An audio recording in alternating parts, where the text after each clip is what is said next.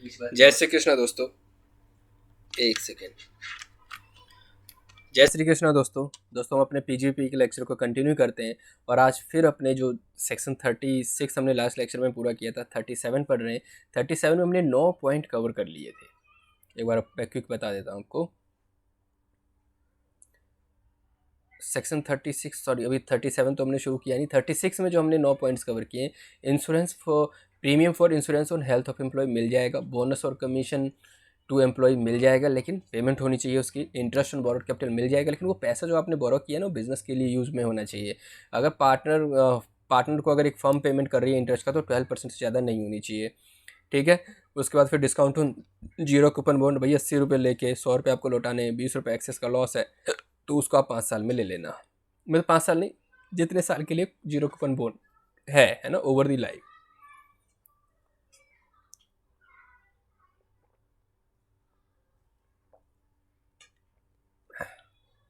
फिर employers contribution to recognise provident fund and approved superannuation fund, अगर recognise provident fund में है, super एन्यूएशन fund में अगर एम्प्लॉयर कंट्रीब्यूट कर रहा है तो ले लेंगे deduction. Employer contribution to national pension scheme में डिडक्शन मिल जाएगी लेकिन 10% से ज़्यादा नहीं।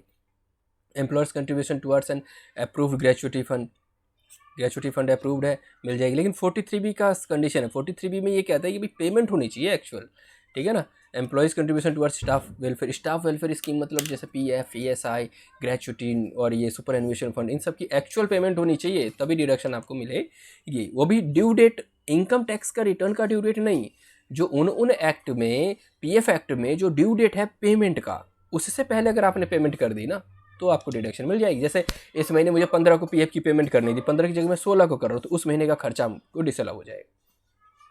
अगर कोई एनिमल है, लाइव स्टॉक है, बर्ड्स है, चिकन, ये सब जो होती हैं, अगर वो डेथ हो गई है तो उसको राइट ऑफ कर सकते हो आप, live stock.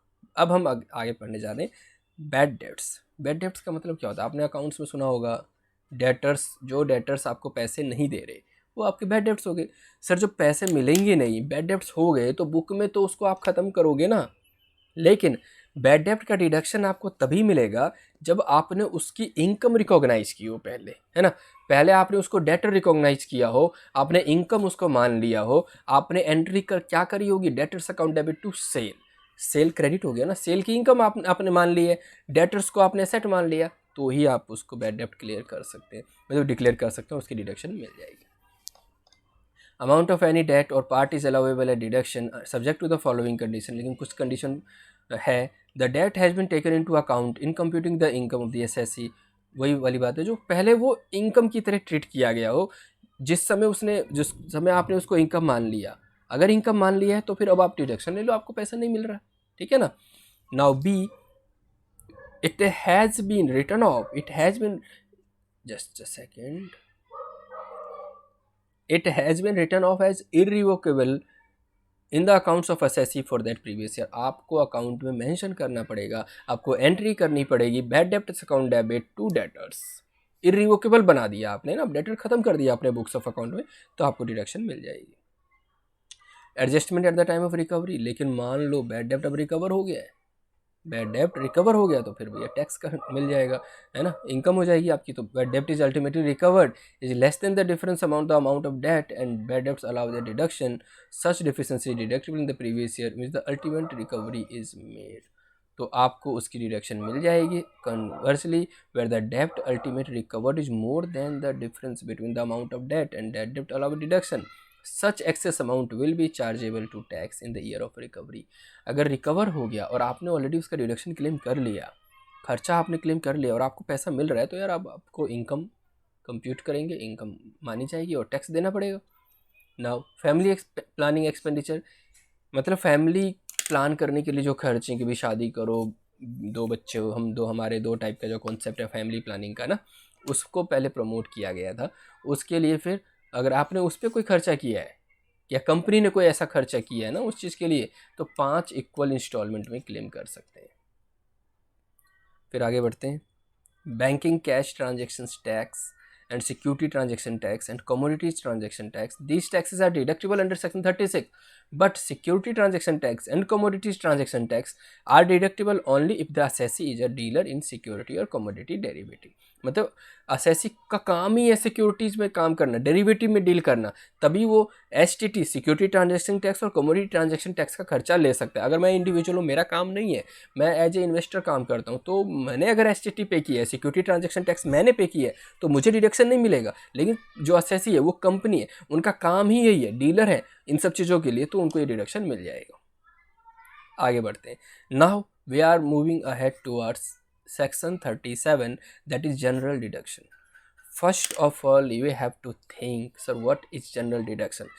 Those deductions which are not covered in earlier sections, those deductions which are not covered in earlier sections, that kind of deductions are covered here. So अब हम क्या पढ़ने जा रहे हैं, सेक्शन 37 में कुछ जनरल डिडक्शन देखने जा रहे हैं कि सर कुछ डिडक्शन जो छूट गए हैं, जो रह गए हैं, वो 37 में कवर कर लिए और फिर उनको भी डिडक्शन मिल जाएगी। पहला, the expenditure should not be the nature of the prescribe, मतलब सेक्शन 30 से 36 में जो कवर नहीं हुए वो वाले होने चाहिए। अगर 30 से 36 में कवर हो गए तो फिर तो वही डिडक्शन ले लो, फिर 37 में क्यों आ रहे हो? 37 में आना ही तब है जब वो 30 से 36 के सेक्शन में कवर्ड नहीं हुआ है। It should not be in the nature of capital expenditure, capital expenditure नहीं होना चाहिए। It should not be assessee's personal expenditure, assessee का पर्सनल एक्सपेंडिचर नहीं होना चाहिए। It should have been incurred in the previous year, और ये खर्चा पिछले साल में ही होना चाहिए, प्रीवियस ईयर में ही होना चाहिए। और it should be in respect of business carried on by the assessee, ये उसी बिजनेस से रिलेटेड होना चाहिए जिस पर असेसी काम कर रहा है। It should have been expended wholly and exclusively for the purpose of such business, वो पूरे के पूरे तरीके से वो खर्चा बिजनेस के लिए ही हो। It should not have been incurred for any purpose which is an offence or prohibited by law, वो खर्चा ऐसा नहीं होना चाहिए जो लॉ में गलत है। आप किसी को मान लो कि अपना बिजनेस चलाने के लिए किसी को, जैसे डॉक्टर लोग क्या करते हैं, डॉक्टर लोग अपने दवाई वालों से कांटेक्ट में रखते हैं, है ना, और उसी की दुकान की दवाई लिख देते हैं डॉक्टर, ताकि उसको कमीशन मिल जाए। तो ये सब एक इलीगल तरीका, इलीगल प्रैक्टिस है, ऐसे खर्चों की डिडक्शन नहीं मिलेगी। तो अब हम देखने जा रहे हैं advertisement expense. Sir advertisement expense की डिडक्शन मिल जाएगी क्या? Deduction is not available in respect of expenditure incurred by an assessee on advertisement in any souvenir, brochure, tract, pamphlet और the like published by a political party. मतलब political party के brochure में, pamphlet में, tract पे जो souvenirs होते हैं उसमें अगर एडवर्टीजमेंट पब्लिश हुआ है तो डिडक्शन नहीं मिलेगी। जैसे कि आपने देखा होगा जब आप कहीं जाते होंगे तो बड़े बड़े होर्डिंग लगे होंगे, भारतीय जनता पार्टी या कांग्रेस, और नीचे पे छोटा सा लिखा होगा किसी स्कूल का नाम या किसी मेडिकल का नाम, है ना, किसी बिजनेस कंपनी का नाम। तो ये आपने उस पॉलिटिकल पार्टी के पैम्पलेट में या पॉलिटिकल पार्टी के होर्डिंग में आपने अपना एडवर्टीजमेंट करा दिया ना, तो इसकी खर्चे की डिडक्शन नहीं मिलेगी। Contribution to a political party is deductible under section 80 GGB if contribution is made by the Indian company, or under section 80 GGC if contribution is made by a person other than Indian company। मतलब आप political party को आपको फिर पैसा देना पड़ेगा, तो वो एक कंट्रीब्यूशन के तरीके से आपको 80 GGB में डिडक्शन मिल जाएगी, लेकिन यहाँ नहीं मिलेगी डिडक्शन। आप कहीं सोच रहे हो कि मैं यहाँ खर्चे की तरह डिडक्शन ले लूँगा, वो नहीं होगा। 80 GGB में और 80 GGC में डिडक्शन आपको दे देंगे। Expenditure by way of advertisement in a magazine owned by a political party is treated as contribution. अगर आप खर्चा कर रहे हो किसी पॉलिटिकल पार्टी के मैगजीन में, अपनी एडवर्टीजमेंट करा रहे हो और उस पॉलिटिकल पार्टी को पैसा दे रहे हो, तो ये खर्चा माना जाएगा कि कंट्रीब्यूशन दिया है अपने पॉलिटिकल पार्टी को।